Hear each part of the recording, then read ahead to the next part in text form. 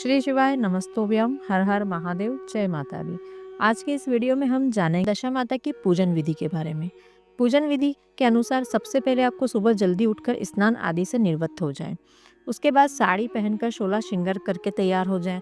दशा माता की पूजा पीपल के पेड़ के नीचे की जाती है, इसलिए आपको दशा माता की पूजा थाली लेकर पीपल के पेड़ के नीचे जाना है। सबसे पहले आपको एक सुपारी से गणेश जी की स्थापना करना है। अब सुपारी पर एक फूल में अबीर, चंदन, गुलाल, सिंदूर, रोली मोली, अक्षत लेकर समर्पित कर दें।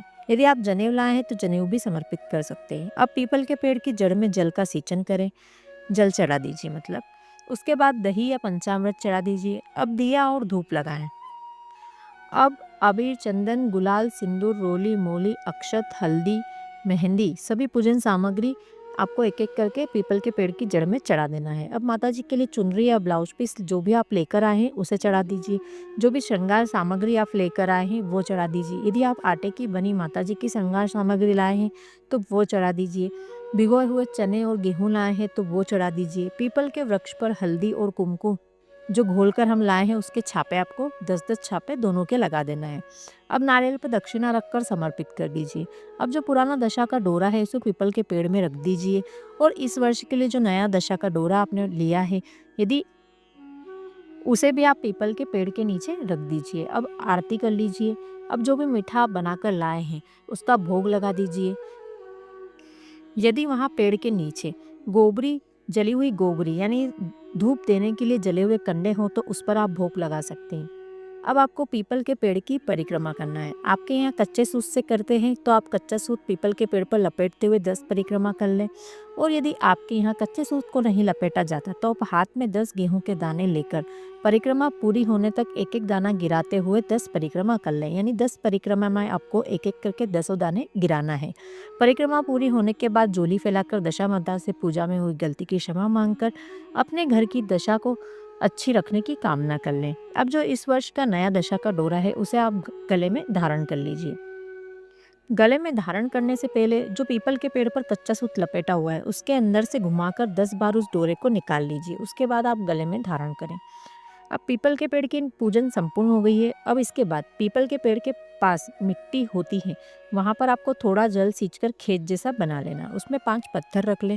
अब उसकी भी पूजा आपको सभी पूजन सामग्री से करना है। एक फूल में चंदन, अबीर, गुलाल, सिंदूर, रोली मोली, अक्षत लेकर समर्पित कर दें। भीगे हुए काले चने और गेहूं भी चढ़ा दीजिए। दिया धूप भी लगाएं। जब आप खेत बना रहे हैं तो उसमें आपको 5 पत्थर भी रखना है और उनकी भी पूजन आपको सभी पूजन सामग्री से करना है। अब आपके यहाँ पंडित जी हो तो उनसे दशा माता की कथा पीपल के पेड़ के नीचे बैठकर ही सुने और बचे हुए गेहूं और दक्षिणा पंडित जी को दे दीजिए। और जो गेहूं आपने दिए हैं उसमें से कुछ गेहूं के दाने आप अपनी घर की बरकत के लिए पंडित जी से वापस मांग कर ले लीजिए। घर लाकर उन्हें लाल कपड़े में बांधकर आप बरकत वाली जगह, मंदिर या अलमारी कहीं भी रख सकते हैं। आप पीपल के पेड़ की संपूर्ण पूजन होने के बाद घर आकर अपने घर के दरवाजे के दोनों ओर 10-10 हल्दी और कुमकुम के छापे लगाना है और आपने जो झाड़ू नई खरीदी है उसकी पूजा करना है। आप अभी चंदन, गुलाल, हल्दी, कुमकुम, रोली मोली, मेहंदी से झाड़ू की पूजा कर सकते हैं। अब दशा माता के पूजन व्रत में कुछ जरूरी बातें हैं जो आप जान लीजिए। दशा माता का व्रत जीवन भर किया जाता है, इसका उद्यापन नहीं होता। दशा माता पूजन के दिन किसी को पैसा उधार नहीं दिया जाता है, ना ही लिया जाता है, ना ही कोई वस्तु किसी को आपको देना है और ना ही किसी से कोई वस्तु या पैसे मांगना है। इस दिन आपको पूरे घर की साफ सफाई करना है। यदि उस दिन आपके लिए पॉसिबल नहीं है तो आप एक दिन पहले या फिर कोई पहले रविवार पड़ता है तो उस दिन आप पूरे घर की साफ सफाई अच्छे से कर लीजिए। दशा माता के व्रत में भोजन एक समय किया जाता है और भोजन में नमक नहीं लिया जाता। आपको भोजन में केवल गेहूं ही खाना चाहिए। सुहागन महिलाएं यह व्रत अपने घर की दशा को सुधारने के लिए करती हैं।